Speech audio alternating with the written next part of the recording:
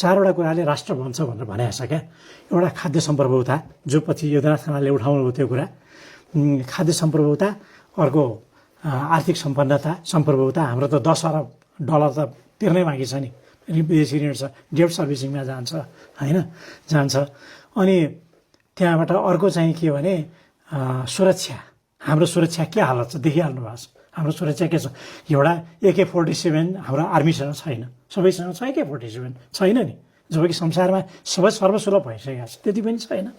Anti aircraft गनहरू छैन, at least 10-12 20वटा छैन। त्यही 2टा एन्टी एयरक्राफ्ट गन ल्याउन खोज्दाखेरि 89 को एम्बार्गो भयो होइन, ट्याङ्क ल्याउन खोज्दाखेरि भयो। के छ हाम्रो होइन? सुरक्षा छैन। अर्को कुरा जनताको सुस्वास्थ्य।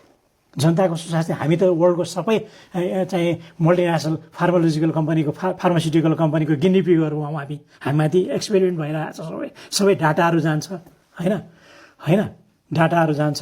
अनि नेपालीको त यहाँ कम्प्युटरमा जाने पनि डाटा माइनिङ भइरहेको छ है। त्यो चाहिँ कुरा गर्ने अर्कै प्रसङ्ग भने हामी त डाटा माइनिङले हामीलाई असुरक्षित बनाइरहेको छ।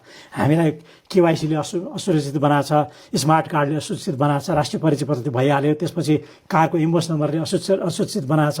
अब माइक्रोचिप फिट गरेर लाल पूर्जाहरूलाई त्यसले असुरक्षित बनाउँछ। हरेक नेपाली जो बाहिर गएको छ त्यसको 5000 डाटा पुगिसकेको छ एभरेज नेपालीको।